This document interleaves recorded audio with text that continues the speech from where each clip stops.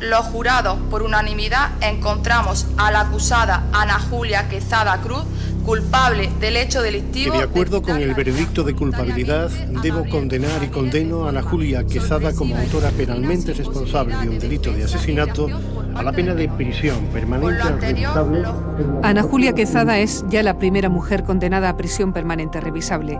Salvo que el recurso de su defensa prospere, su situación no se revisará hasta 2044. Tendrá entonces 70 años. Para poder salir en libertad, deberá haber pasado al tercer grado nunca antes de los 15 años y demostrar que se ha rehabilitado.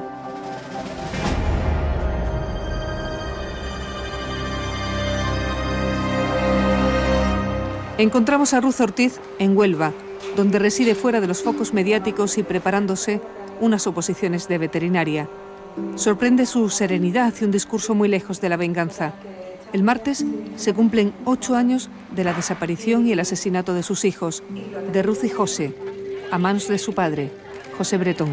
La angustia de la desaparición es horrible, porque eso es horrible, porque es que es todavía peor que te digan que lo han encontrado y no están con vida. Es que porque eso te va matando día a día, poco a poco. Y después lo siguiente, pues también es durísimo, pero ya te queda el camino de aceptar lo que ha pasado. Autoconvencerte en aceptar las cosas como han pasado y vivir con eso, pero entendemos que es difícil. Ruth se presta a hablar con nosotros sobre la prisión permanente revisable, una pena que de haber estado en vigor en el juicio a Bretón, con seguridad se le hubiera impuesto. Fue condenado a 40 años por el doble asesinato, aunque el Supremo lo rebajó a 25. Tanto a mí como a muchas madres con las que estoy en contacto, no nos importa el nombre que le pongan a la pena de cárcel, no nos importa cómo la llaman. Lo que queremos es que se cumplan las condenas y que las condenas sean lo máximo posible. ¿Qué queremos las madres? Pues que los asesinos de nuestros hijos no salgan nunca, pero claro, eso es lo que queremos. Después las leyes no nos acompañan ni nos van a acompañar, nunca. Y vamos a luchar con uñas y fuerzas para que esta bruja no pisara más la calle y creemos que lo hemos conseguido. Y espero que nunca más se hable de esta mujer. La prisión permanente revisable fue aprobada en marzo de 2015 con los únicos votos del Partido Popular, que entonces tenía mayoría absoluta. La oposición presentó un recurso de inconstitucionalidad que fue admitido a trámite, pero del que aún no hay pronunciamiento. Y ni se espera en breve. Y en este tiempo ha encontrado hueco en el ordenamiento penal y una aceptación social que quiere mantenerse al margen de la controversia jurídica. Las últimas encuestas cifran en un 67% el grado de aceptación, pero el debate entre los expertos es cada vez más vivo. El derecho penal no está para vengar a las víctimas. El derecho penal no tiene esa misión, con independencia de que efectivamente cause un daño al delincuente y la víctima se pueda encontrar más o menos satisfecha con ese daño que de alguna manera ella entenderá que compensa el daño que ella ha sufrido.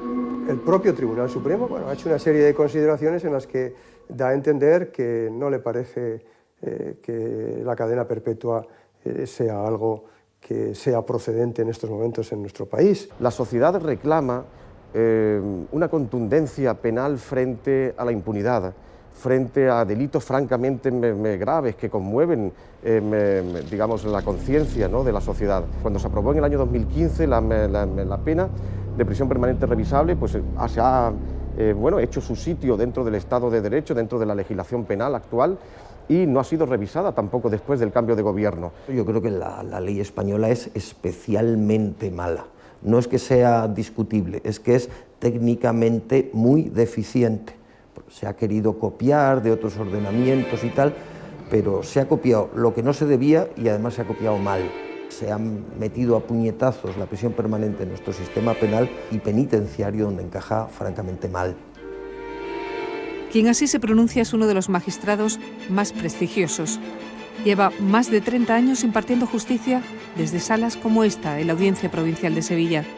Reconoce que los jueces no pueden tener objeción de conciencia, que tienen que aplicar la ley, aunque no les guste, No estamos hablando ya de derecho penal o de política criminal o de una opción legislativa. Estamos hablando de problemas de concepciones de ética.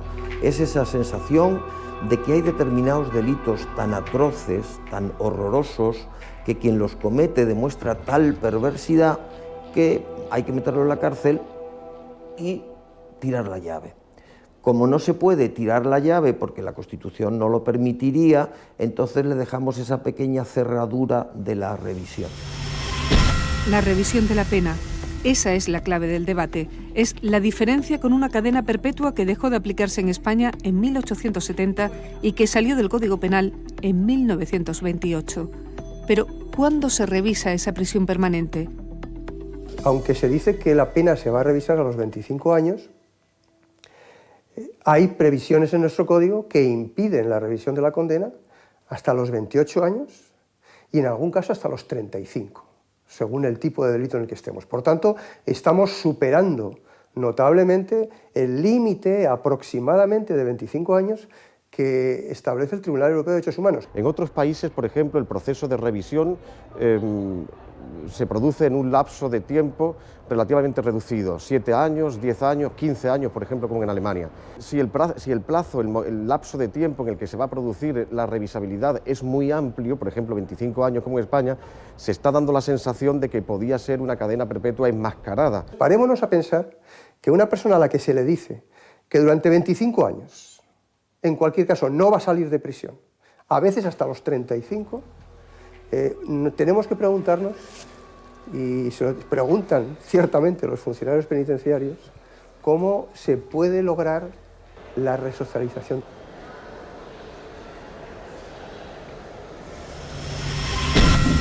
Hay 11 condenados en España a prisión permanente revisable, aunque a uno de ellos el Supremo le revocó la pena.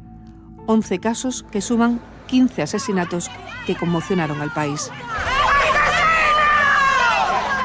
Como el de Ubén, que mató a sus 2 hijas con una motosierra, el del profesor sevillano de música David Montaño, que arrojó por el balcón a una bebé de 17 meses, el del crimen de Pilas, que tras un intento de violación asesinó a su víctima, o Marcos Mira, que mató a su hijo de 11 años para vengarse de su mujer.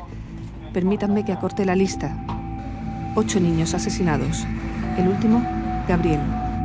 Porque precisamente esta pena se impone en supuestos muy determinados: menores de 16 años o personas especialmente vulnerables, asesinatos múltiples, los cometidos después de una violación o violaciones en serie.